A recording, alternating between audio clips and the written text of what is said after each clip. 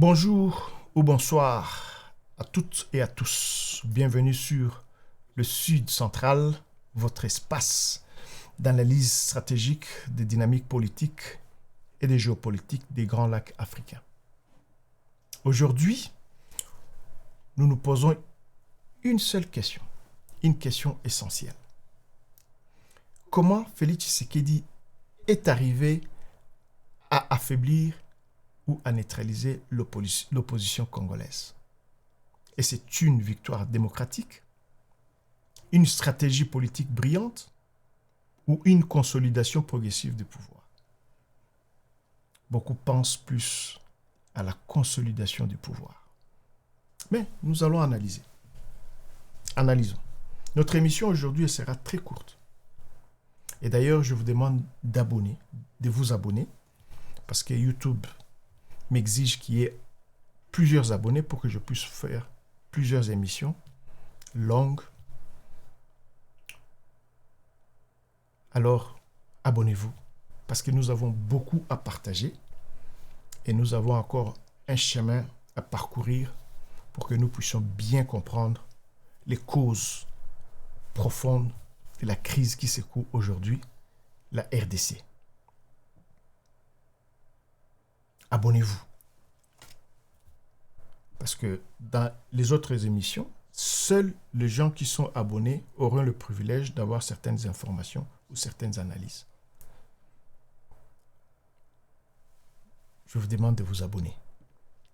Le premier point, la rupture avec Kabila en 2019-2020. En 2019, le président Tshisekedi arrive au pouvoir dans un contexte très fragile. Vous savez, il arrive,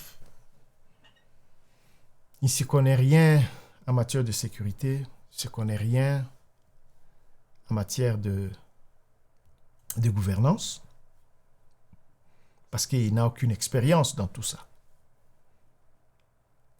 Mais cela ne veut pas faire de lui un président moins que les autres. L'ancien président Kabila, Joseph, contrôle encore le Parlement, l'armée, les institutions clés. Mais en 2020, coup stratégique de la part de Félix Tshisekedi, il dissout la coalition FCC-CACH. Il crée l'Union sacrée. Et nous observons une défection massive des députés proches de Kabila, qui va rejoindre, ou qui vont rejoindre, les députés qui vont rejoindre le camp Félix Tshisekedi. Avec comme résultat le centre de gravité du pouvoir qui bascule. Kabila perd son levier institutionnel. Tshisekedi devient réellement maître du jeu politique en RDC. Ce fut le premier grand tournant.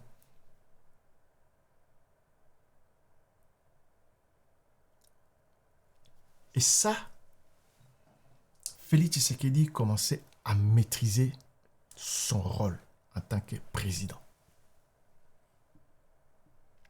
Deuxième point, la stratégie d'absorption.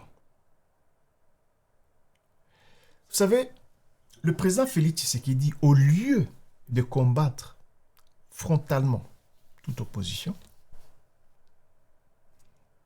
le président Félix Tshisekedi adopte une stratégie plus subtile. Il intègre, il coopte, il redistribue le poste. Vous verrez que tout autour du président Félix Tshisekedi, l'essentiel de son équipe n'est pas de l'UDPS. Une stratégie efficace qui a marché et qui continue à marcher pour lui jusqu'à aujourd'hui. Des figures politiques régionales rejoignent l'Union sacrée, des opposants deviennent ses alliés. Enfin, en République démocratique du Congo, quand on parle des opposants, il faut toujours se méfier. Parce que beaucoup, ils ont bakena Bilei Ezali. Donc, à ce moment-là, le président Kabila se retrouve dénudé. Il n'a plus de support politique. Il ne pèse plus. Il se trouve dans une situation très fragile. Et ça, c'est à ce moment-là que le président Félix commence à déboulonner. Parce que quand il disait qu'il va déboulonner, les gens ne le prenaient pas au sérieux. Les gens pensaient que il jouait. Peut-être que c'était juste des paroles. Mais là, il est en plein travail. Il veut consolider son pouvoir. Il veut avoir 100% le contrôle de son pouvoir. Le résultat, c'est quoi? L'opposition se fragmente.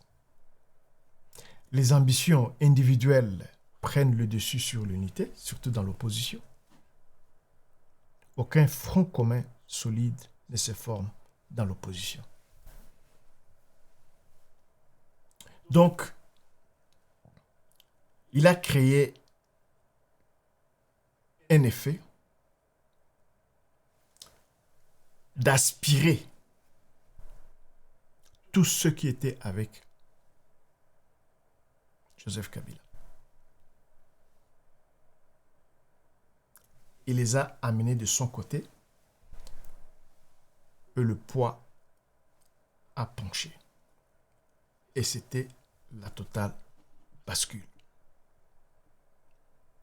C'est une stratégie classique de consolidation du pouvoir. Diviser pour gouverner. Pour quelqu'un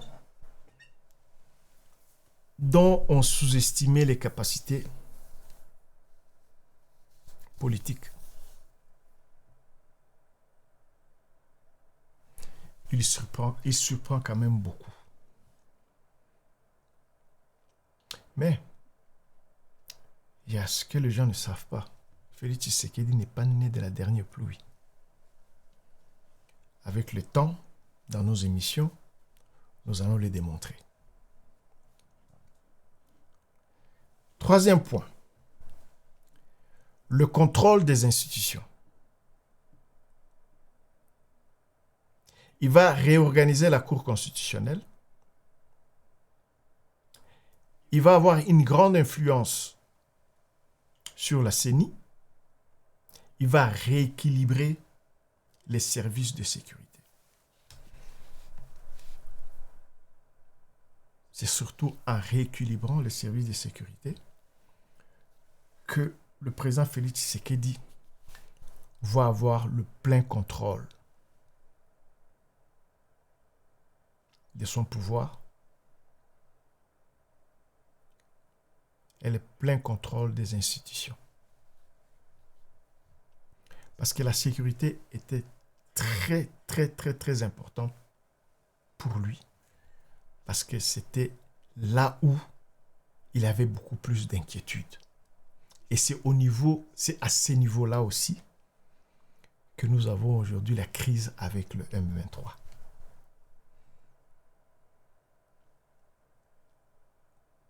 C'est en faisant cet équilibrage de sa sécurité qu'il va avoir des conflits avec les M23. Parce que comme je l'ai dit dans mes émissions passées,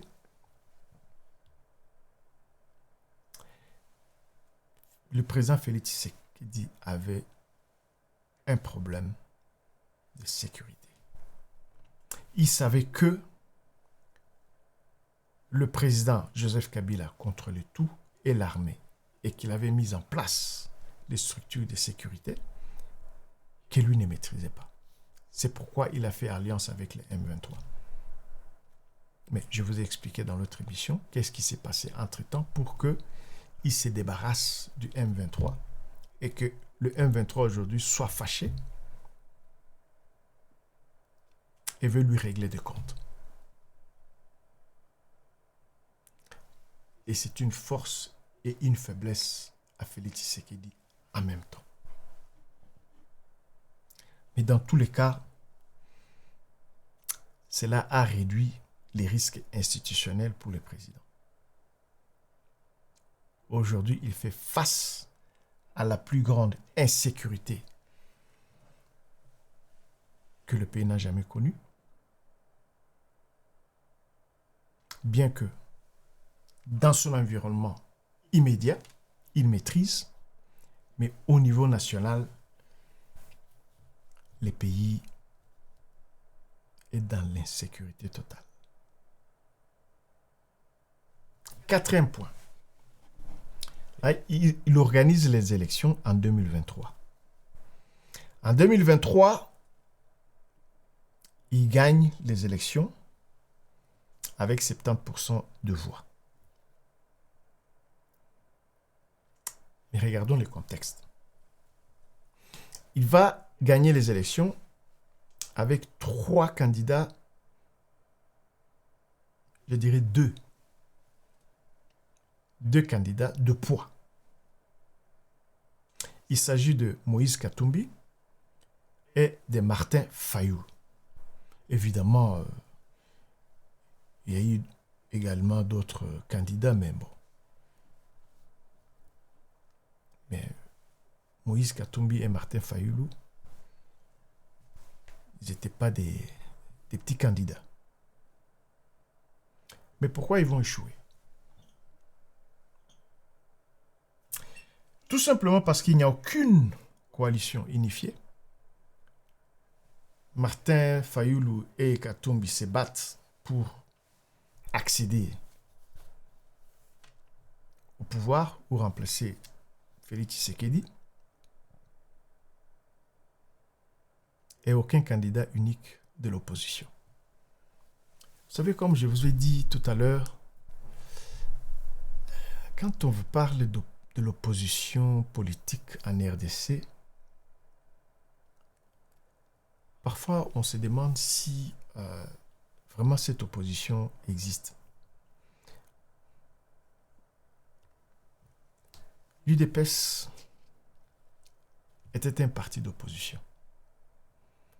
Nous avons grandi avec l'UDPS à l'époque du maréchal Mobutu. Nous avons vu de quoi l'UDPS était capable. Avec son président Étienne Tshisekedi. Nous avons vu son rôle. Mais aujourd'hui, on se demande quel est le rôle des partis politiques d'opposition en RDC. Est-ce qu'ils veulent tout simplement arriver au pouvoir et se servir? Ou bien ils ont vraiment un projet qui va amener ce pays dans une direction de développement durable, ou ils veulent tout simplement pratiquer la politique de ôte-toi pour que je m'y mette. Donc aucune coalition unifiée, aucun candidat unique, échec total. Une opposition qui n'a pas de cause, qui n'a pas de vision, dont on a du mal à comprendre le programme. Donc, échec total. Mais pendant ces temps, le président Félix Tshisekedi capitalise sur le discours de souveraineté nationale, la crise sécuritaire dans l'est du pays et les tensions régionales. Il veut se positionner comme le défenseur de l'intégrité nationale, de l'intégrité du territoire national, jusqu'à aujourd'hui, n'est jamais arrivé parce qu'il y a une partie du pays qui est encore occupée par ceux qui s'appellent les révolutionnaires.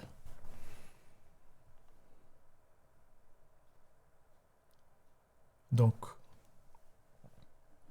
en voulant se positionner en défenseur de l'intégrité territoriale, échec total. Et puis, il y a la fragmentation de l'opposition qui devient son plus grand allié.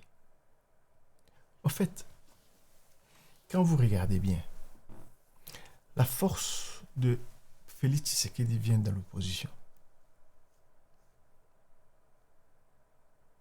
Et c'est là même qu'il va puiser des nouveaux éléments qui viennent participer à son pouvoir pour consolider son pouvoir. L'opposition est devenue un levier, une opportunité pour que le président Félix Tshisekedi consolide son pouvoir. C'est une aide, au fait. C'est une opportunité pour le président Félix Tshisekedi. Et je le comprends. Il ne peut qu'en profiter. Le 5e point, c'est justement l'opposition. Est-ce que l'opposition, c'est une faiblesse structurelle ou pas? Ici, il faut être honnête. En RDC, comme je l'ai dit tout à l'heure, les partis politiques sont souvent centrés sur des personnalités. C'est rare de comprendre la vision d'un parti politique congolais. C'est rare de comprendre la cause, les motivations, le plan, la vision d'un parti politique congolais. Aussi, les alliances sont instables. Je vous donne l'exemple de la Lamuka. Banda balala na bango bapongi na bapongi bazobeta bango aussi na bango. Lamuka veut dire réveillez-vous. Mais on a l'impression qu'ils ne se sont jamais réveillés. Qu'ils dorment, même plus qu'ils en ont besoin. Des alliances, franchement, inutiles et très instables. Qui font, en fait, qui servent à tromper le peuple congolais, croyant qu'ils sont là pour le bien-être commun et pour la prospérité de chaque Congolais. Donc, des opportunistes. Et vous ajoutez la méfiance entre les leaders. Celle-là, elle est profonde. Quand vous voyez entre Moïse Katumbi et Joseph Kabila, vous voyez Fayoulou avec Moïse.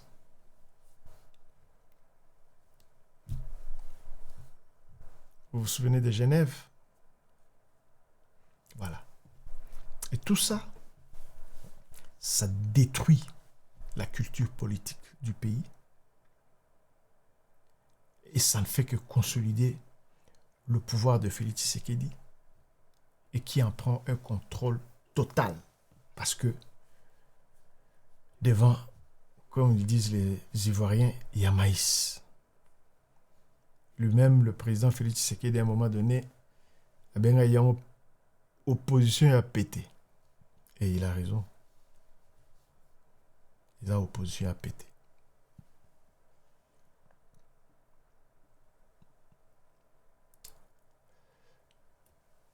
Par conclusion, ce que nous voyons n'est pas un événement isolé. Ce n'est pas un événement isolé. Quand vous voyez le président Félix Tshisekedi consolider son pouvoir, ce n'est pas un élément isolé.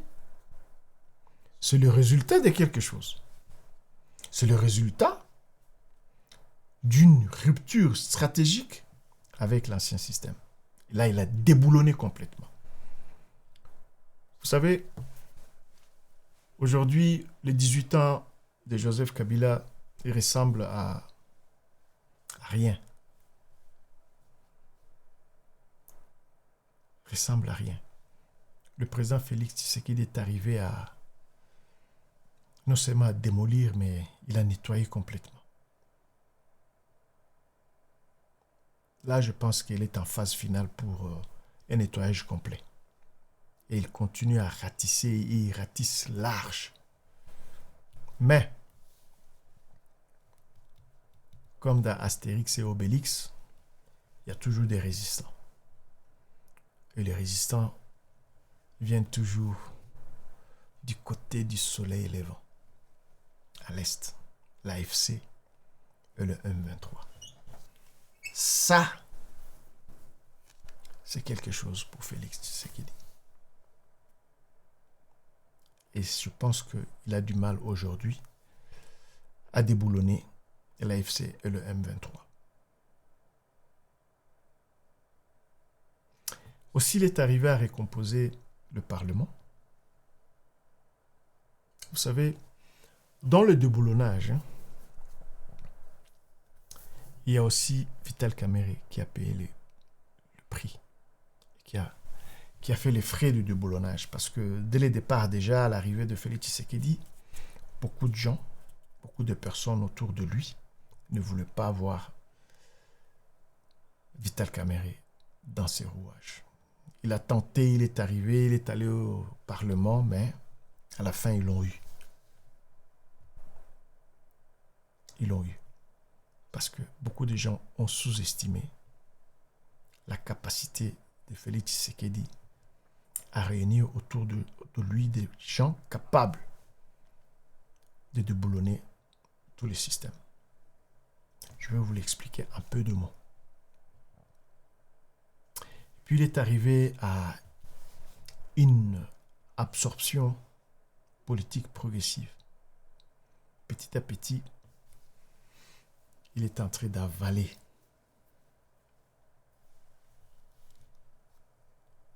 il est en train de prendre le contrôle de tous les systèmes, que le système lui-même il est en train de mettre en place. Évidemment, avec une opposition incapable de s'unir, tout le boulevard est à lui. Mais ce boulevard va jusqu'où?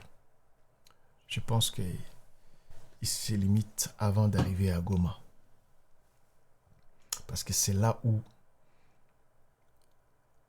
l'avenir de son pouvoir va se décider. Est-ce que le président Félix Tshisekedi arrivera à démolir l'AFC M23? C'est la question qu'on se pose.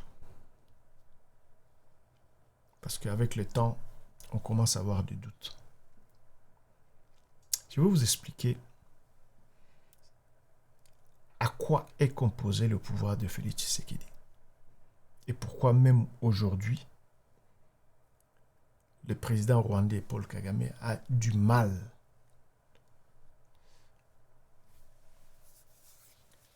à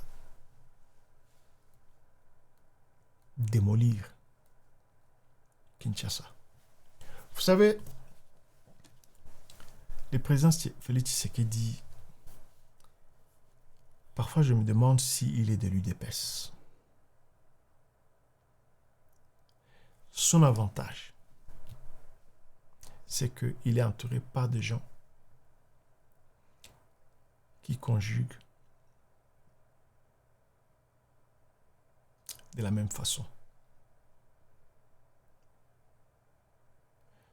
Il y a une cohésion autour de lui. c'est des gens avec qui il a partagé les mêmes expériences, avec qui il a des affinités, avec qui la communication passe facilement et se comprennent. Ils n'ont pas besoin de créer une cohésion.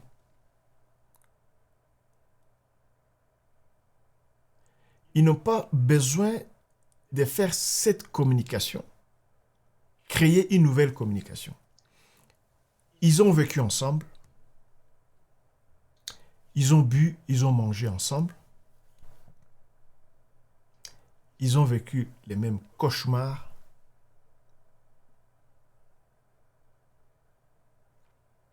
ils ont vécu presque tout ensemble.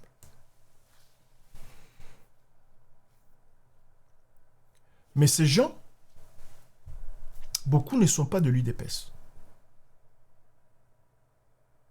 Donc aujourd'hui, si Félix Tshisekedi allait continuer avec les mêmes personnes avec lesquelles son papa a travaillé, je ne pense pas que son pouvoir serait aussi solide qu'aujourd'hui. Parce que la communication est très importante. C'est comprendre dans un groupe est très important. C'est là où les autres ont du mal. Je vous ai parlé par exemple de la MOCA. Une coalition des opportunistes qui ont trouvé l'occasion pour accéder au pouvoir. Mais l'équipe de Félix Tshisekedi, c'est une équipe de potes.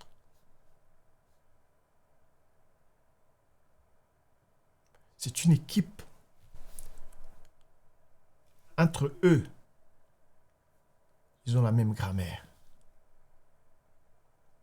Ils conjuguent le même verbe en même temps.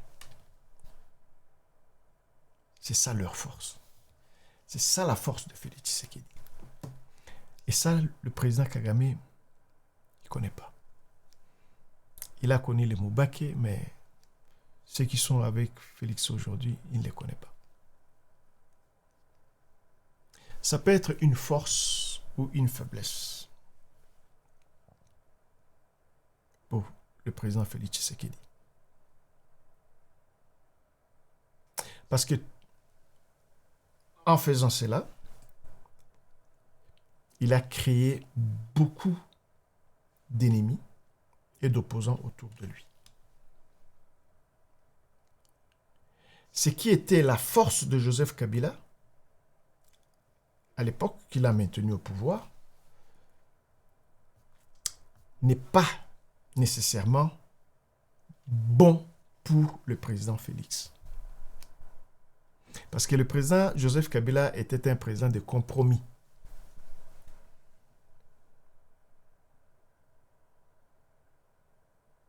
Mais le président Félix, à un moment donné, il exclut trop, mais en intégrant aussi en même temps. C'est là où il devient le maître, l'équilibriste. Mais il va intégrer qui? Il ne va pas intégrer les gens de partis politiques.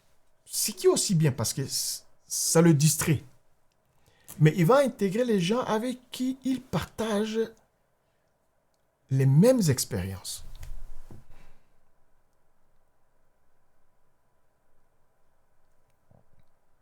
Et loyal. Parce que vous l'avez bien vu que quand le président Félix Tshisekedi a créé l'Union sacrée, vous avez vu combien de gens qui ont quitté Joseph Kabila pour le rejoindre. Moi, j'appelle ça un nombre inutile. Mais, quelque part, utile aussi parce que ça affaiblit de l'autre côté.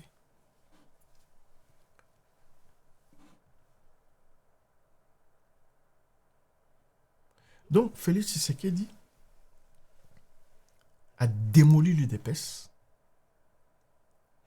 pour mieux se focaliser à consolider son pouvoir. Parce qu'il y a une distraction. Il ne voulait pas des distractions, des gens qui viennent. Non, il est dit. Vous avez remarqué quand il est arrivé, tout le monde de la Belgique est descendu à Kinshasa. Mais il leur a dit, donnez-moi le temps pour que j'arrange les choses d'abord. Chacun aura sa place. Aujourd'hui, chacun est à sa place. Si vous n'avez pas fait ou vous n'avez pas eu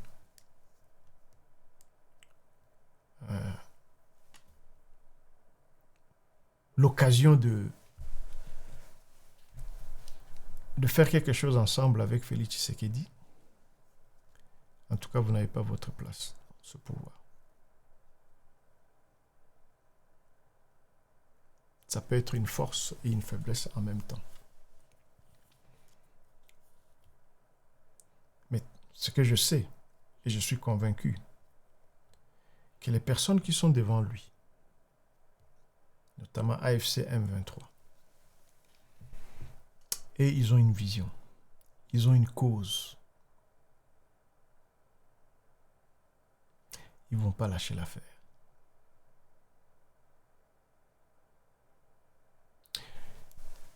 C'est ainsi que je vais parler de l'Angola. Pourquoi l'Angola revient toujours?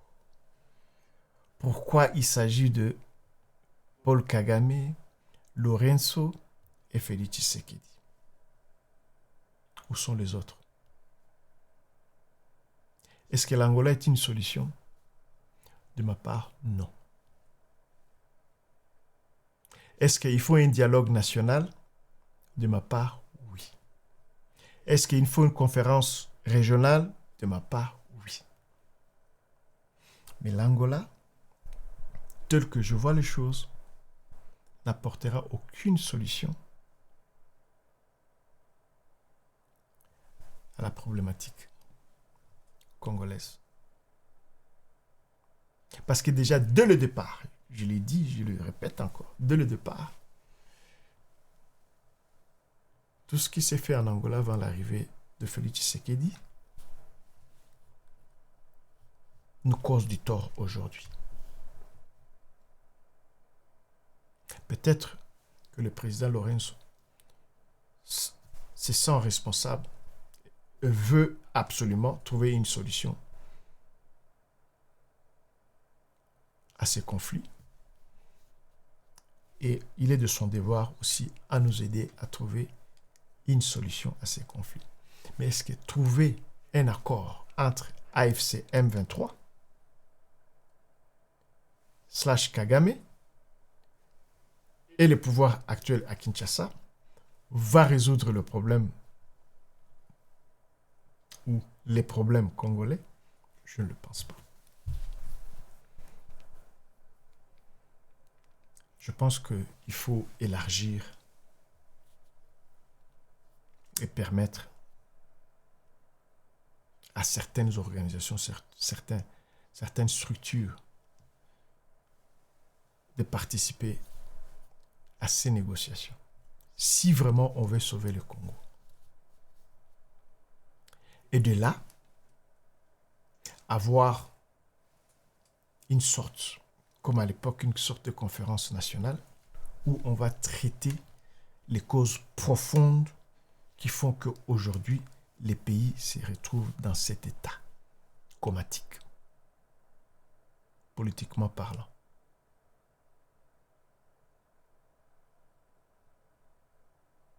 Il faut inclure tout le monde. Il faut qu'on parle de tout et de rien, mais dans un climat respectueux et des considérations vis-à-vis des uns et des autres. C'est très important pour l'avenir du pays. Nous venons de gâcher plus de 30 ans dans des bêtises. Vous savez, la RDC est un pays, mais il est temps de construire une nation. Il est temps de construire une nation congolaise. Et de mettre en place des structures politico-économique ou militaire digne d'un pays grand comme la RDC. Nous sommes tombés trop bas. Et nous devons penser aussi à une conférence régionale parce que le problème n'est pas nécessairement Kinshasa, mais le problème est aussi régional. Il y a certains sujets que nous devons discuter. Il y a beaucoup de choses à résoudre dans l'est du pays, notamment tout ce qui concerne l'immigration, le partage de ressources naturelles, l'histoire, parce que beaucoup de gens ne connaissent pas l'histoire du pays. Vous savez, Namboro, Mutaro Bangsa Muninga Zate. Je le dis, je le répète sans gêne. Nous avons tous eu l'indépendance en 1960. Tous, nous étions là.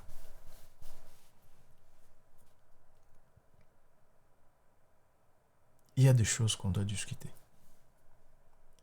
Un pays organisé, un pays structuré, où les institutions fonctionnent correctement, et où on a été wanate. Aujourd'hui, des individus bazo bunda, et nous devons payer les frais. Et il est temps, et nous avons l'occasion de résoudre tous ces problèmes. Il faut que l'État fonctionne. Il faut que les institutions fonctionnent. Il faut qu'il y ait un développement digne de ce pays. Le respect mutuel. Vous savez, on se plaint qu'il y a des étrangers en RDC. Mais quand moi je parcours ou je voyage, je vais dans des pays frontaliers, même pas trop loin, frontaliers. Il y a des communes, des quartiers entièrement congolais.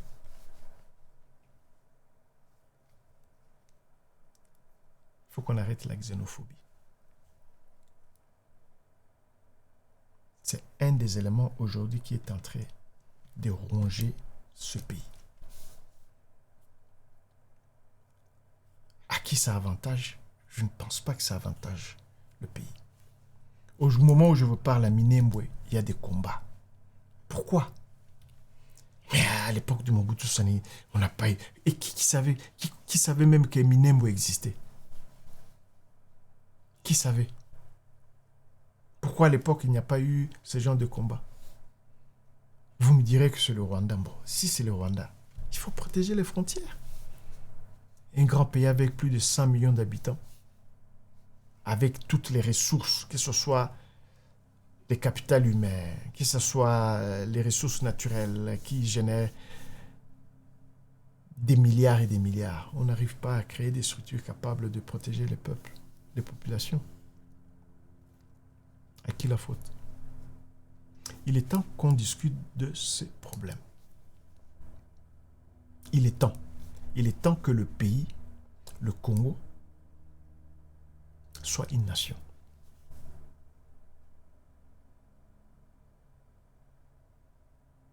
Vous savez, si on continue comme ça, est-ce que vous avez entendu ce qui se passe maintenant c'était où? C'était à Berlin. Je ne me souviens plus dans quel pays. Où on est en train de repenser à recoloniser l'Afrique.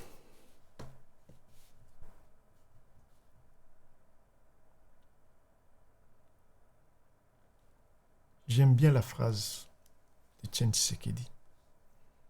Il nous demandait de nous prendre en charge. Je peux vous assurer, si nous ne nous prenons pas en charge, les discours là que vous croyez que ce sont des distractions. Aujourd'hui que l'Occident commence à repenser, à recoloniser l'Afrique, si vous pensez que c'est de la blague, ça risque de venir plus rapidement que prévu. avec les contrats très opaques des minéraux, avec une gestion du pays quasi médiocre, je pense que nous sommes en train d'évoluer vers une nouvelle colonisation de nos pays. Prenons-nous en charge. Comme je vous ai dit, abonnez-vous parce que YouTube ne peut pas me donner accès à publier plusieurs vidéos car j'ai très peu d'abonnés. Mais nous avons beaucoup de choses à partager. Nous avons beaucoup de choses à partager.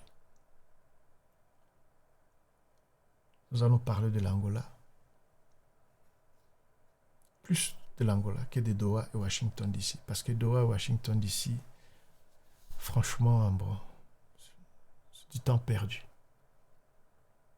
Ceux qui croient que nos solutions seront résolues à Doha ou à Washington DC, je préfère encore l'Angola.